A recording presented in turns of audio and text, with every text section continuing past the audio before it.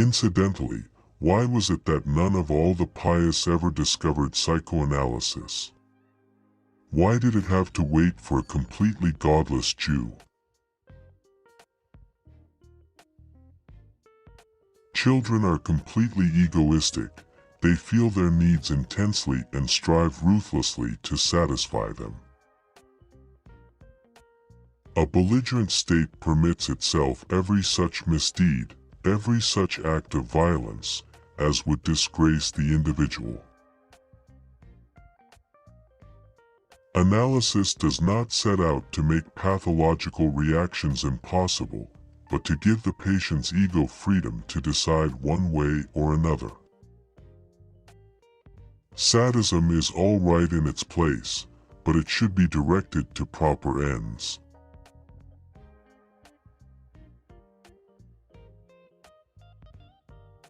The psychical, whatever its nature may be, is itself unconscious.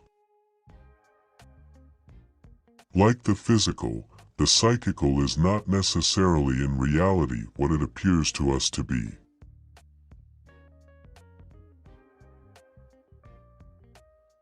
We have long observed that every neurosis has the result, and therefore probably the purpose, of forcing the patient out of real life, of alienating him from actuality.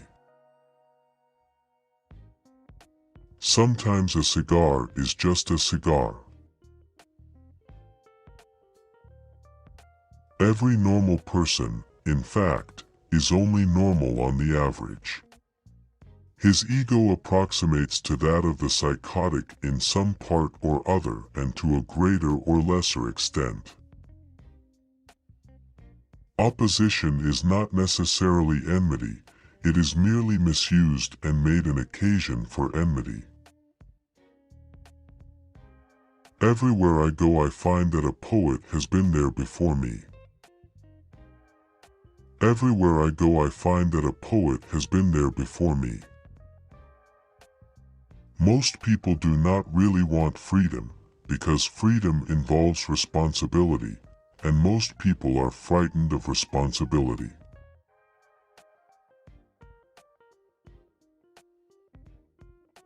If a man has been his mother's undisputed darling, he retains throughout life the triumphant feeling, the confidence in success, which not seldom brings actual success along with it. Being entirely honest with oneself is a good exercise. I cannot think of any need in childhood as strong as the need for a father's protection. I have found little that is good about human beings on the whole. In my experience, most of them are trash, no matter whether they publicly subscribe to this or that ethical doctrine or to none at all. That is something that you cannot say aloud, or perhaps. The goal of all life is death. The great question that has never been answered, and which I have not yet been able to answer, despite my 30 years of research into the feminine soul, is, what does a woman want? He that has eyes to see and ears to hear may convince himself that no mortal can keep a secret.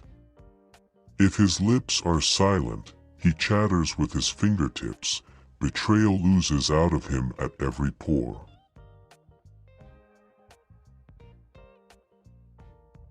A civilization which leaves so large a number of its participants unsatisfied and drives them into revolt neither has nor deserves the prospect of a lasting existence. The conscious mind may be compared to a fountain playing in the sun and falling back into the great subterranean pool of subconscious from which it rises.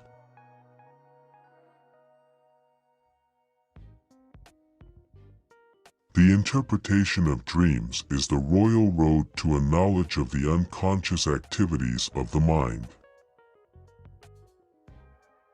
Illusions commend themselves to us because they save us pain and allow us to enjoy pleasure instead. We must therefore accept it without complaint when they sometimes collide with a bit of reality against which they are dashed to pieces.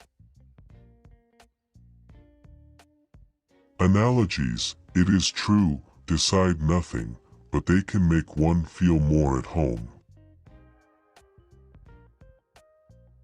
We believe that civilization has been created under the pressure of the exigencies of life at the cost of satisfaction of the instincts. Just as a cautious businessman avoids investing all his capital in one concern, so wisdom would probably admonish us also not to anticipate all our happiness from one quarter alone. Man has, as it were, become a kind of prosthetic god. When he puts on all his auxiliary organs, he is truly magnificent, but those organs have not grown on him and they still give him much trouble at times. Yes, America is gigantic, but a gigantic mistake.